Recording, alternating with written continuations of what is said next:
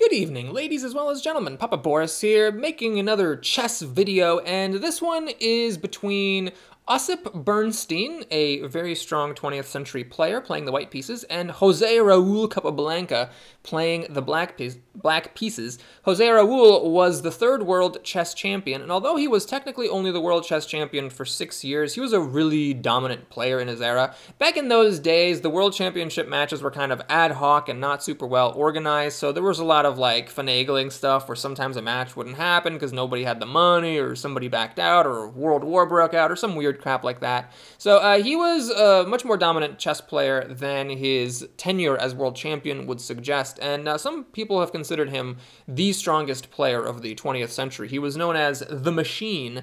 He was known for playing very precisely and very quickly. He played a natural, simple game of chess, but was very difficult to beat and would often have many year-long streaks of not losing a game. So if you've been waiting for me to do a game that I remember from my childhood that was not all about splashy sacrifices and dynamic attacking play, hopefully this positional conquest between Ossip Bernstein and Jose Raul Capablanca, two very strong players, will sate your lust. So Bernstein began with d4. And after d5 and c4 and e6, we have the Queen's Gambit declined, a very common opening. A lot of times, black doesn't want to take this c4 pawn because A, white will be able to get this pawn back, and B, doing this cedes control of the center. Not to say that taking the queen's pawn on c4 is a bad play or anything like that, but this is why a lot of strong players decline the gambit. We have a couple of more natural moves, and Ossip Bernstein, plays out to bishop g5, developing his dark squared bishop. Black castles, we play e3, strengthening the d4 pawn, getting ready for the black knight perhaps to come out to c6, or for black to challenge the center with c5. Capablanca decides to develop his knight to d7, protecting the knight on f6 and getting ready to recharge it if need be. Bernstein puts his rook on the c file, expecting that file to be open at some point. And we have b6. So Capablanca is planning to develop his bishop here, protect this d5 pawn, and should this tension in the center ever be relieved, the bishop will be nice along this long diagonal. So after c takes d5 and e takes d5, we have a pretty normal position. Bernstein decides to play queen to a4, developing on the queen side. Black castles, not castles, black fianchettos the bishop on b7, and then Bernstein decides to play bishop to a6 to exchange away the light-squared bishop. This move is not bad. The idea here is that by exchanging away this bishop, white leaves black with a whole bunch of holes in his position. On the other hand, the bishop isn't doing much on b7, but if this pawn ever were to become freed, say because if black pushed c5 and cleared this d pawn out of the way and managed to push to d4 somehow, then the bishop would be a force to be reckoned with. So white does achieve a lot with this move. By playing bishop to a6, he clears away a potentially strong piece for black in the future, and also develops that bishop, getting ready to castle. Capablanca obliges and exchanges the bishops. And then he plays c5, trying to break through the center, even though he lost his light-squared bishop.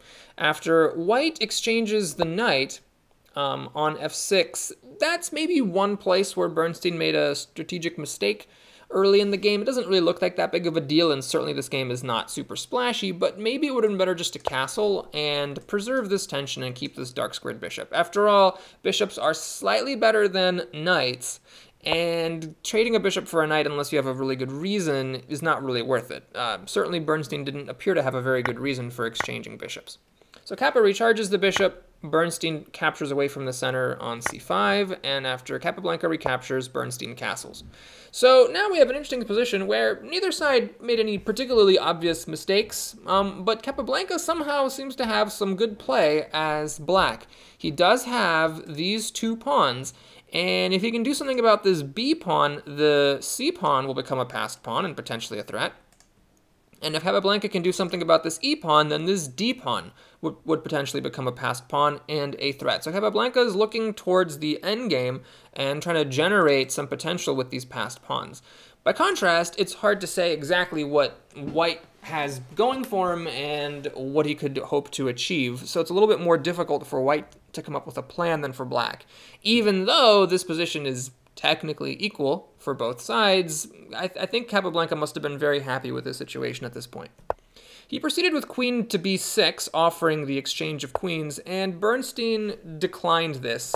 There's nothing wrong with taking on b6. In fact, it's a perfectly fine move, but now this connects black's pawn chain into one, so it strengthens these two strong pawns, and it unleashes black's rook along the open a file, making this a potential target.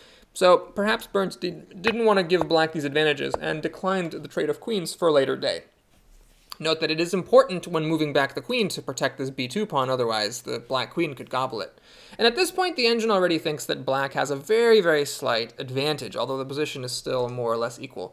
So that's one thing that you see in a lot of games by Capablanca or Fischer or Kasparov, people who were really dominant in their day. In a lot of their games, it's not like they do some crazy thing with fireworks and blow the game wide open. They just build up a steady, almost imperceptible advantage as a result of their opponent's slight, barely perceptible second and third best moves. All right, so Capablanca decides to continue with his plan of pushing to c4 and trying to generate this passed pawn. Bernstein puts his rook on the d file, which makes sense, putting some pressure on d5. In fact, the pawn is now threatened, so Capablanca defends it. Very simple, very straightforward chess. And after knight d4, blocking this pawn from moving, Capablanca plays bishop to b4. And here, white's position is awfully tight. It's very constrained as a result of these pawns, and it's difficult to come up with some kind of a plan for white. I mean, what are you going to do? It's not like there's anything wrong with this position, but what exactly are you going to do? You have to make some sort of a move. And Bernstein decided to play b3, which is a fairly committal move. After this move is played, if this pawn exchanges on c4, then black will have a passed pawn, and Capablanca will have achieved his goal. In fact, after Capablanca plays rook a to c8, just playing simple, good old-fashioned chess, just developing the rook along a semi-open file, protecting his pawn, Bernstein captures on c4 and obliges Capablanca, giving him probably exactly what he wanted, which is a passed pawn. So now Capablanca is going to make everything in this game about this passed pawn and try to push it through. After rook to c2, Capablanca decides to exchange the knight, which makes sense. It gets rid of a piece that's blocking the pawn. The rook recaptures, and Capablanca plays knight to d5, pushing that rook out of the way and giving space for the pawn to move one square forward, which it does. So now Bernstein is reduced to playing rook d to c1, putting his rooks in a battery, just trying to stop this passed pawn from moving. Then we have rook to c5, and this may seem like a very innocent move, rook to c5, but it is one of the most interesting moments of the game. Right now, according to the engine, the position is dead equal. Black does have white constrained, but black also can't really force this pawn through, so the game is kind of headed for a draw. So as Capablanca, what do you do? Well, Capablanca lays an extremely subtle trap for Bernstein in this position, and it's one of those traps that's only going to work against a grandmaster. It's only going to work against a really good player, because a less weak player might not see what it is that you've laid out for them and not fall for the trap in the first place. So what exactly is Capablanca's trap? Well, he plays rook to c5. Bernstein then plays knight to b3, and Capablanca retreats to c6. Bernstein plays knight to d4, and Capablanca retreats to c7. Now you'll notice that this position is completely identical to the position that we had 2 moves ago. After Capablanca had played to c5, a couple of things happened, and now the rook's on c7. So the question is, why didn't he play to c7 in the first place? Well, if you play to c7 right here, then, or if Capablanca had done this, Bernstein might have wondered, is there some kind of a trap for me here? Because white would seem to be able to play knight to b5, forking the rook and the pawn, and win this passed pawn, putting an end to all of his troubles. So if Capablanca had simply just played rook to c7, then Bernstein might have been suspicious.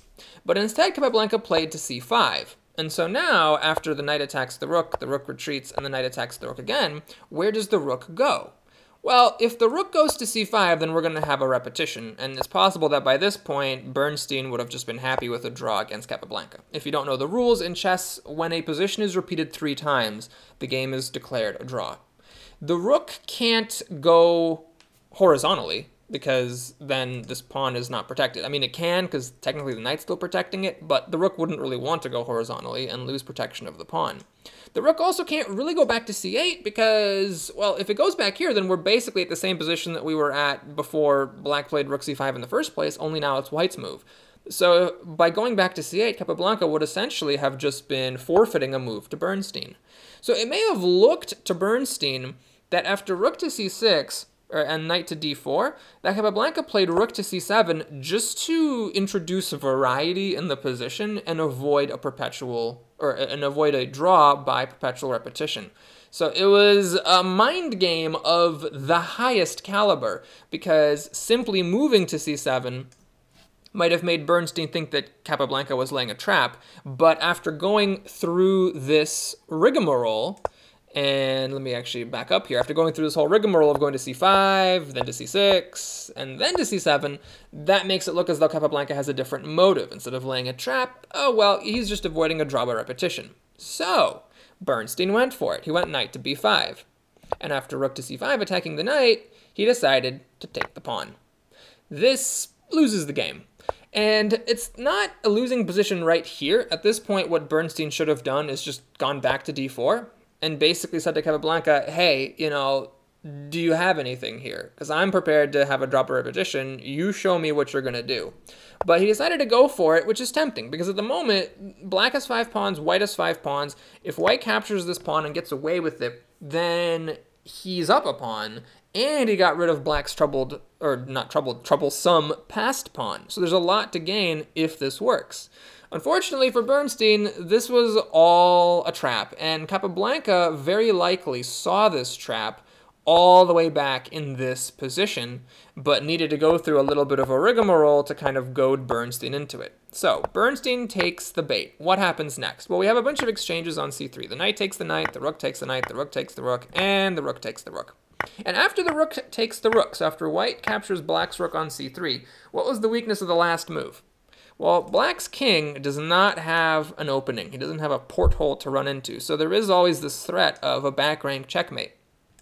Bernstein, before taking this pawn on c3, must have calculated all these moves and realized that he was okay, because if the black rook checks on d1, then the queen can take it. And if the queen checks on b1, then white's queen can block. And Bernstein would have had to have calculated that rook to d1 does not win the queen, because rook to c8 now is actually checkmating black along his back rank. So this all should have assured Bernstein that he was okay.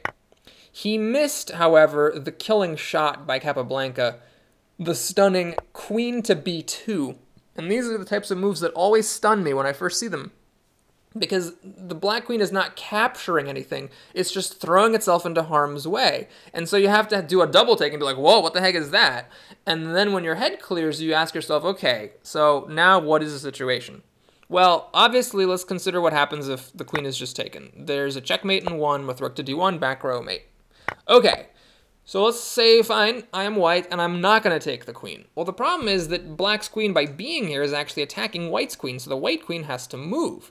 Where does the white queen move? Well, let's say it moves back to stop the back row mate. Now black just takes the rook, and black is a rook up. Nothing white can do about it. There's no way for the queen to move in such a position as to attack black's rook, so there's no way for white to counterattack. What if white moves the queen to e1 to protect this rook? Well, it's a false protection, because after black takes the rook, you can see the rook's not really protected. If the queen is taken, then we still have the back rank mate on rook to d1 check, queen drops back, and then the rook takes with checkmate. Okay, so the queen cannot move to protect the back row, it cannot move to take the black queen, and it cannot move to protect the rook. Can the rook move? So if you're trying to move the rook here to c2, that may seem appealing, because then if the queen takes the rook and the queen takes the queen, rook to d1 is no longer a checkmate. Black's just lost here because obviously the d1 square is protected. So that is not going to work. What black can do, however, is play queen to b1 check. And now what do you do as white? Well, if you block with the queen, then black gobbles the rook. And finally, Capablanca would have also needed to calculate what happens in the event of rook to d3. So if rook to d3, then again, queen to b1 is check, and now this rook is double attacked and will be taken on the next move. In fact, white would have to block here, and then now black would actually be a whole rook up with the queens exchanged. So I said finally, there was one more thing. Capablanca would have also needed to calculate a crazy idea by Bernstein. What if Bernstein plays rook to c8? That's kind of interesting, right? Because now if black takes the queen, then white can take the rook, and white got the checkmate in on the back rank. And if black takes the rook, then white takes the queen. And there's no checkmate on c1 because it's protected by the queen. So you have to calculate here and realize that in the event of this crazy move, rook to c8, black has to go queen to b1 check. And after the white queen blocks, then black can exchange queens and grab the rook. So this is a lot of stuff to calculate, and it's really impressive when you consider that, again, all of the things I just showed you were probably calculated way back here in this position, when black goaded white into doing this fork of the rook and the pawn, then taking the pawn, doing all these exchanges, and finally this amazing shot, which you had to like even come up with in a completely different position of queen to b2. And because of all the variations I just showed you, there was no way to escape the checkmate. In this position, Bernstein resigned. Well, thank you so much for watching this video. I hope you enjoyed it. Please like and or subscribe, and I'll see you again soon. Take care.